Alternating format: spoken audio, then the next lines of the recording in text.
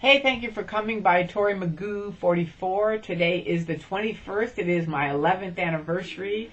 I've been out for 11 years now. I literally posted Magoo left the building today and escaped out tomorrow on, going to LAX. If you want to see my escape series, just type it up in YouTube, and I have a 10-part series, which is really good, telling how I escaped. This is Mr. Dan Garvin. I had the pleasure of meeting him in 2001. He was in Scientology for 27 years, in the Sea Org for 25, and I believe OSA for 10, right? That's correct. Okay, good. So thank you for coming and talking with us. You're more than welcome. It's really good to see you. We had fun. We went out to the beach and had a long talk. So I've just made some notes of a few things that he said. The first one was the net nanny, which you all know is the thing they put on the computer to block things out. I had that happen to me too.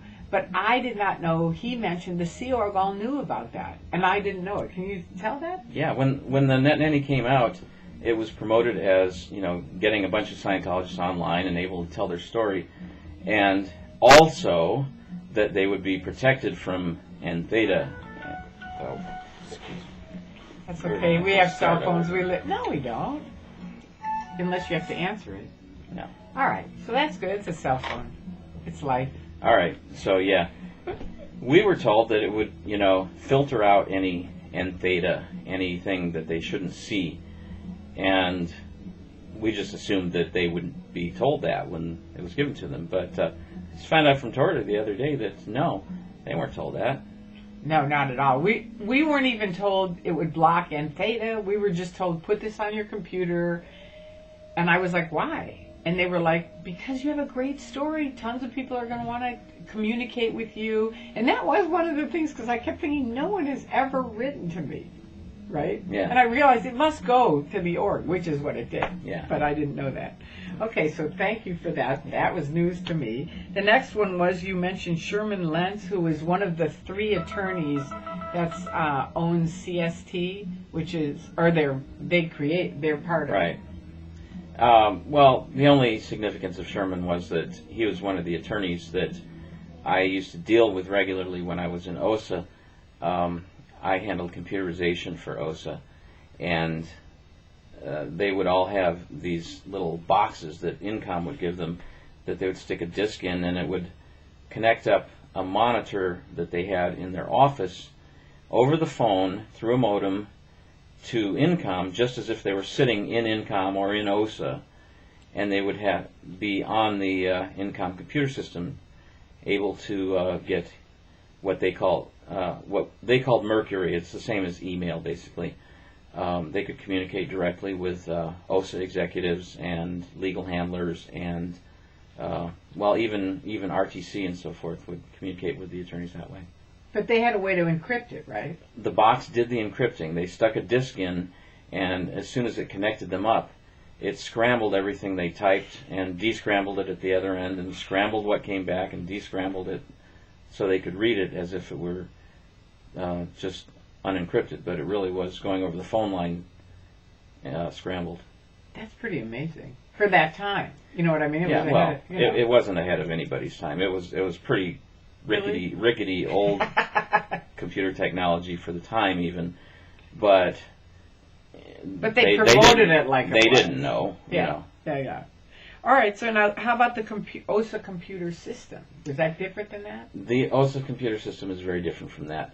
That was created in the early '90s to catalog all of the data that OSA has collected on everybody that's of interest to them.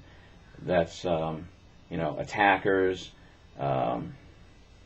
governments, the IRS, very big on the IRS. That was considered really important. It was important for the legal cases. Everything went in there. And basically, what they did was they were mining connections. If you know somebody and that somebody else is also involved in an attack or legal battle with Scientology, then that's a connection. And are they in the system? Those are in the system. Those are programmed in when the documents are loaded into the system, and they like to trace those connections down to find. They're convinced that behind every attack there is some central individual or group of just a few people that, you know, this is the source of all their problems. They don't believe in anonymous. It's being run from somewhere. Right. You know, by one or a few people. Or something. That's what I thought when I was in. It must be the sites. You know. Yeah. It wasn't. And so that raises some problems because European countries and a lot of other countries outside the U.S. have data protection laws, and you can't make a dossier on somebody just anytime you feel like it. You can't collect personal information on people. This came out of World War II and post-World War II, where the Nazis used information on people and the communists later to track down people that they wanted to either do something to or just otherwise deal with.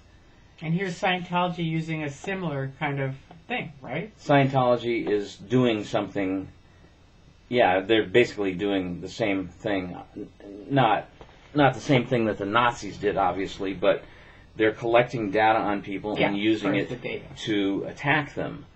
And it's my belief, from my understanding of, which is very rudimentary, of the data protection laws, that what they do is a violation of these laws.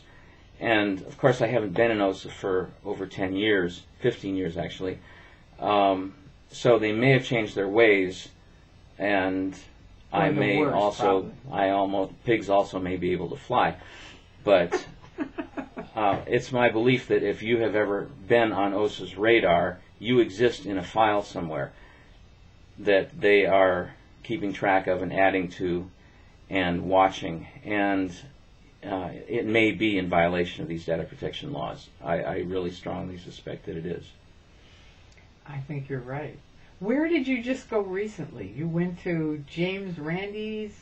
James Randi Educational Foundation puts on a huge bash of a convention every year in Vegas, and for skeptics, called the Amazing Meeting. It's for skeptics, yeah. Yeah, it's for skeptics. And Dan actually went down to see Dan. And James Randi offers what, $1 million if you can prove the $1 million challenge, right? If you can prove any paranormal ability, basically, OT, any of the things that Scientology claims they can do, not the lower grade chart stuff, but if you can make an ashtray stand up just by your intention, you can win $1 million right now. And you went and talked to him, didn't you? Oh yeah. Down at the center. Yeah, back in 2003. Yeah. And the other neat thing about Dan, and then we got to go because we only have so many minutes, is after he left the Sea Org, he went to college, graduated from college, and you have a degree in what? Math and physics. That is so great. He has a great job, and I just want to let everybody in the Sea Org, because I know people are lurking now, because I know people who've left, and that's part of it. And you can come out, you can go to college, and life is good out here. We're having a good time. We are having a good time, and the only thing I would add to that is don't be afraid. Yes. There isn't really that much they can do to you. No. I mean, really, my analogy, and I've said it a million times, but I'll keep saying it because you never know, a new person might be on there, is it was like jumping off of a cliff 1,000 feet high with a little sign at the bottom that said, you might make it if you leap. And, I made the leap 11 years ago tomorrow. It was like, all right, I'm coming. It was really scary. But I did it. My friends were there who, at the time, I thought were declared suppressives, but they ended up being these wonderful people. People around the world helped me. I mean, it was just incredible. It really is. It's an amazing experience. And the neat thing for me that I say all the time is I started thinking when I was waking up, which was a 10-year process, I started thinking of all the great people I knew and, throughout history who have done great things, artists, musicians, humanitarians, and none of them are Scientologists. So, we were so much in the Truman Show, it was like, well, you had to be a Scientologist. But it was like, well, wait a minute, these guys are doing way bigger, greater things, and they weren't Scientologists. So, since you get out, then you get to meet people. Someone just the other day who just left said, I'm so happy, I can say what I want, I can speak what I want, I can read what I want, I can go where I want. And I know to people who never were in Scientology, it seems like, of course, but to us, it is all the people that we were told were the worst, most evil, suppressive people in the world. I've met a lot of them, and they're great people. I love really them. great people. So thank you to all of you that are declared suppressors. That's Thank right. you to all the critics. Thank you to the anonymous. All of you, what you're doing is fantastic.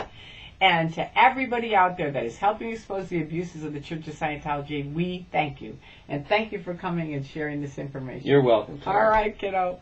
All right, over and out. Have a wonderful rest of the week. Bye-bye.